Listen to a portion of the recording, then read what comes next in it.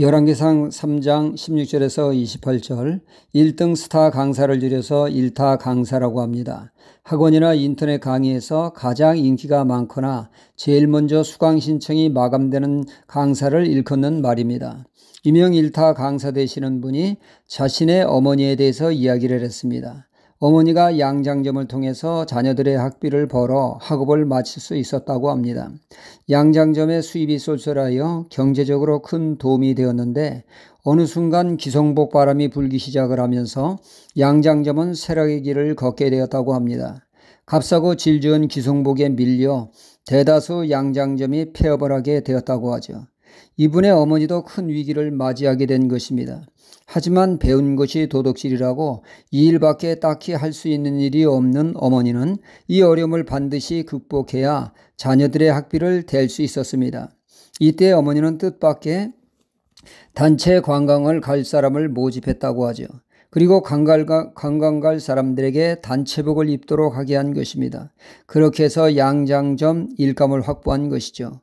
관광을 또 인솔하여 온몸에 멍이 들도록 차 안에서 들고 뛰며 관광을 즐겁게 다녀올 수 있도록 했습니다.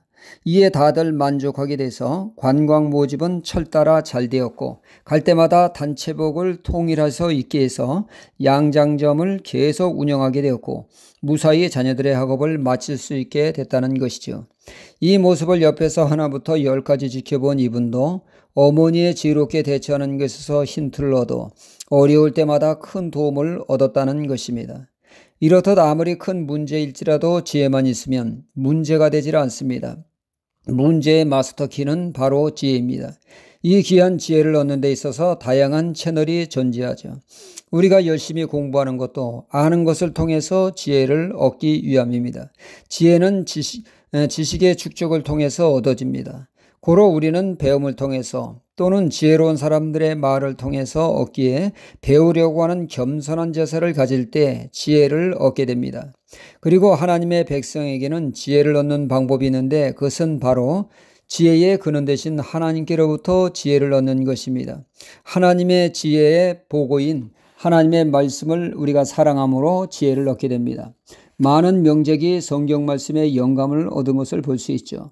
또한 하나님의 지혜를 얻는 것에 대하여 성경이 강력하게 추천하는 것은 바로 기도입니다. 야고보서 1장 5절은 말씀합니다. 너희 중에 누구든지 지혜가 부족하거든 모든 사람에게 후히 주시고 꾸짖지 아니하시는 하나님께 구하라. 그리하면 주시리라. 기도함으로 하나님의 지혜를 덧입은 사람이 바로 솔로몬 왕입니다. 솔로몬은 왕위에 오르면서 나라를 공의롭게 잘 다스릴 자신이 없었습니다. 감당하기 어렵다는 불안감이 엄습을 합니다. 자신이 없으면 자신 없는 삶을 살게 되죠. 고민된 솔로몬 왕은 이를 기도 제목 삼아 기드온 산당에 올라가 1000번제를 드리며 꿈속에서도 무의식적인 상태에서도 그는 지혜를 구하게 되었고 그리하여 그는 하나님의 지혜를 덧입게 되었습니다. 그가 탁월한 하나님의 지혜로 문제를 해결하는 것을 한 사건을 통하여 보여주고 있는 내용이 오늘의 말씀입니다. 한 집에 두 여인이 살고 있었습니다. 그 두 사람은 3일 간격으로 자식을 낳았죠. 그런데 한 여인이 그만 부주의로 자식이 죽게 됩니다. 죽은 아들을 슬쩍 바꿔치기 했죠. 그리고는 살아있는 자식이 내 자식이라고 우기는 사건이 발생한 것입니다. 이 문제를 그 어느 재판관도 해결을 못해 이 일은 솔로몬 왕께로 나오게 되죠. 그 당시 이 문제는 사회적인 이슈가 되었고 온 국민이 지켜보는 가운데 솔로몬 왕은 모성애를 통하여 진짜 엄마를 가려냈습니다. 이 사건은 하나님의 지혜로 명쾌하게 해결하므로 솔로몬 왕의 권위가 세워졌고 왕을 두려워하며 왕의 통치에 순순히 따르게 돼서 원만하게 나라를 통치할 수 있게 되었다는 것입니다.